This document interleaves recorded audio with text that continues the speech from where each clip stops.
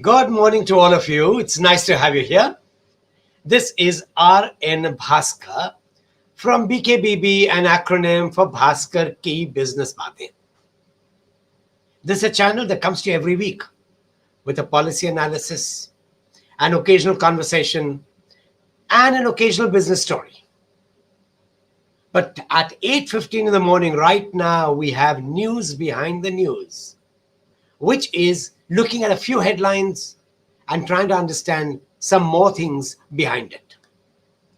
And today, my co-anchor is Anurag. Welcome, Anurag. It's good to have you with us.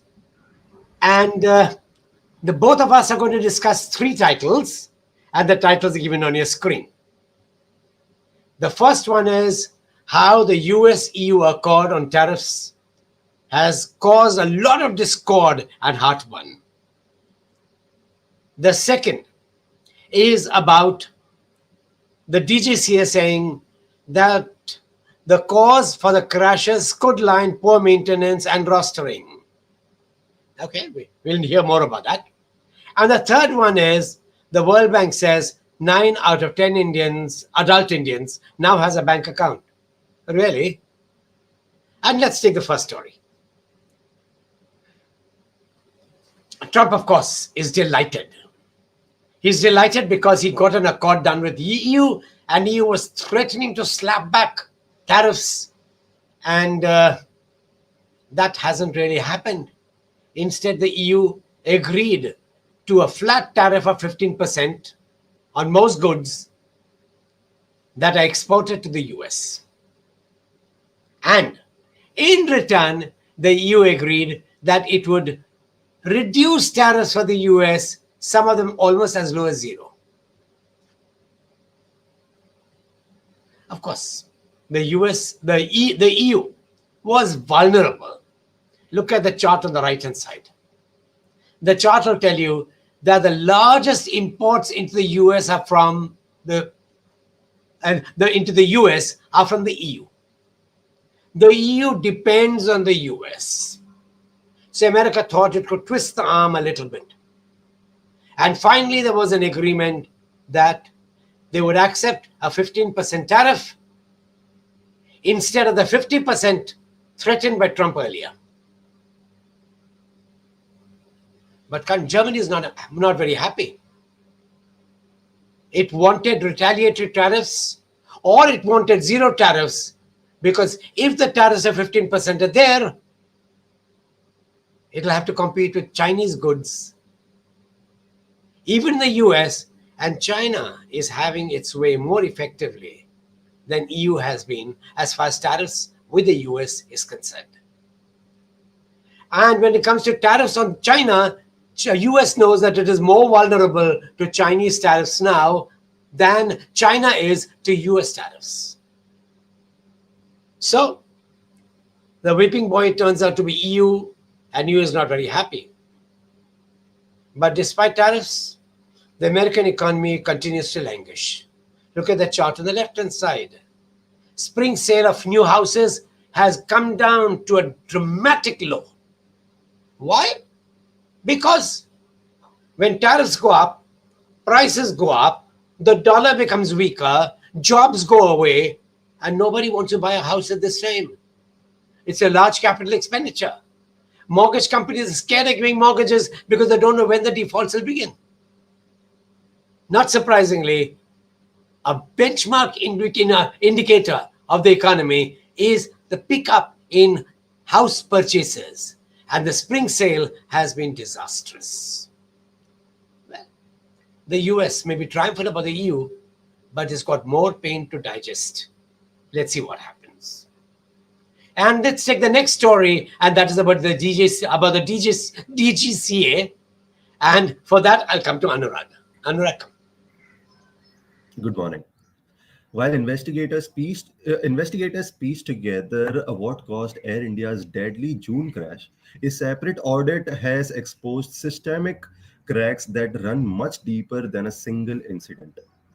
The Directorate General of Civil Aviation, also known as DGCA, its routine July inspection conducted independently for the Ahmedabad crash probe that covered 51 safety violations across Air India's operations.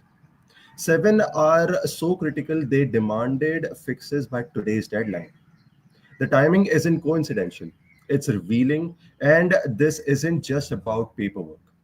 Pilots flying Boeing 787s and 777s, the same aircraft families involved in recent incidents, haven't completed mandatory cockpit observation training. The airline used unqualified simulators to train crews for challenging airports and essentially practicing for emergencies with faulty equipments. Moreover, Air India's scheduling system can't even flag when flights depart with an insufficient crews.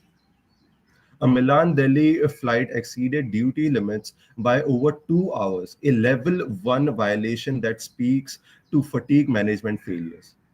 Now, since Tata Group acquired Air India, they have inherited not just an airline but decades of operational drift.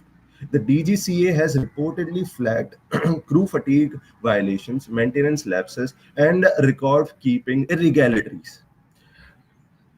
What we are witnessing isn't just a regulatory outreach, it's a safety culture under reconstruction. While the June crash investigation focuses on fuel switch mechanics and pilot actions, this audit exposes a broader ecosystem where such incidents come possible. Air India promises corrective actions by August, but rebuilding trust requires more than compliance checklists. For passengers and investors watching Tata's aviation ambitions, today's deadline marks either a turning point or another missed opportunity to demonstrate that safety isn't negotiable. What's your take on this, sir? Anurag, the report is damning. It was needed. My big question is, what was the DGCA doing for all these years? Just because the government owned Air India, it turned a blind eye. This was supposed to have been flagged by DGCA the second it happens. It's supposed to do mandatory checks. But because the government was the owner and DGCA is a government body, it allowed this wound to fester. And now that the Tatas have taken it over, you bring out a report. It actually harms both the airline and the reputation of the Tata Group. For no fault of its own, the Tatas try to bail out the government, and now there's no one to bail it out. And this is the danger of takeovers, because when governments try to put pressure or managements try to curry favor with the government, you end up picking up a sad case of an airline which has been allowed to flout regulations. The pilots union, which is very close to political leaders, were also allowed to have a field day. Rostering, which is being blamed, was actually abetted by the DGCA. And that is a sad part. It's a good report.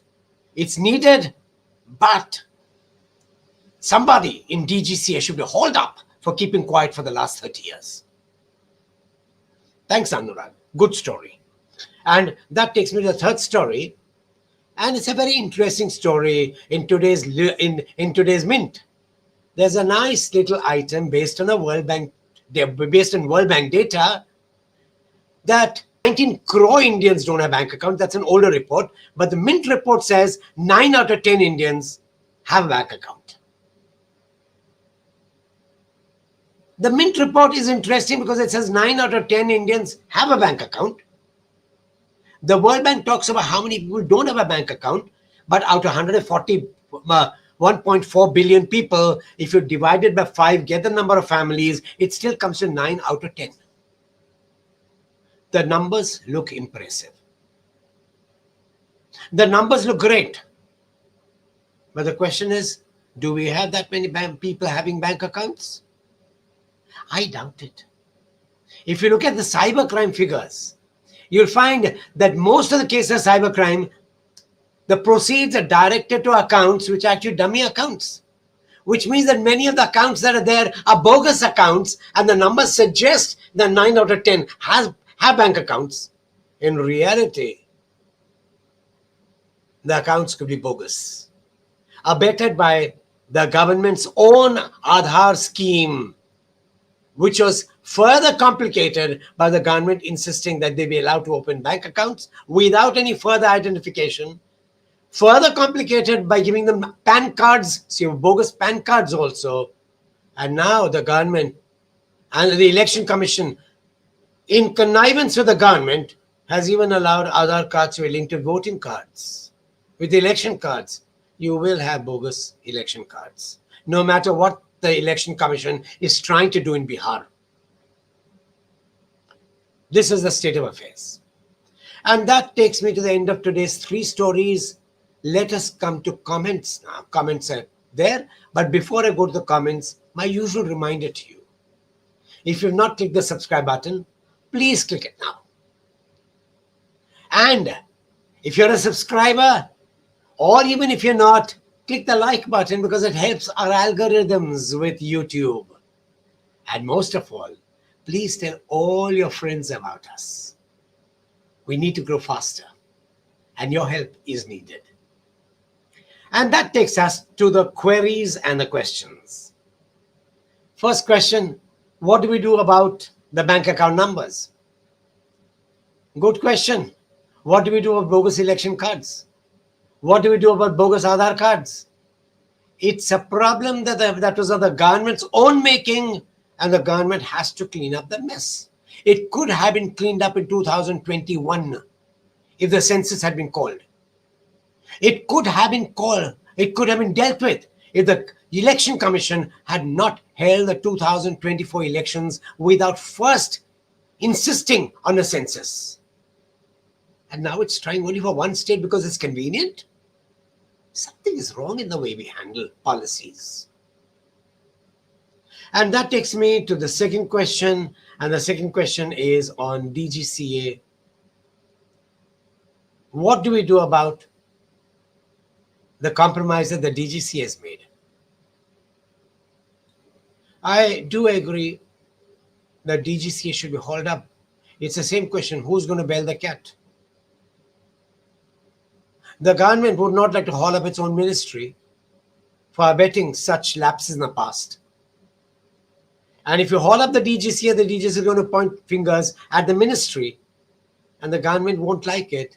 So that eventually the government's faults will not be exposed, the faults of everyone else will be exposed. It's sad, that is not the way to work. And there's a third comment. Does a tariff agreement by the USA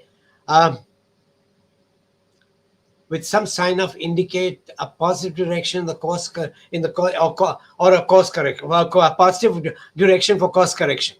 I don't know. The tariff story is getting messier and messier. The EU is up in arms. The China tariff story has been postponed by another 90 days. So you have uneven patches of tariff implementation across the world. And wait till the tariff negotiation between Canada and the US takes place. Expect fireworks there. So it's a messy situation. I wish it had not happened, but to trump around, anything is possible.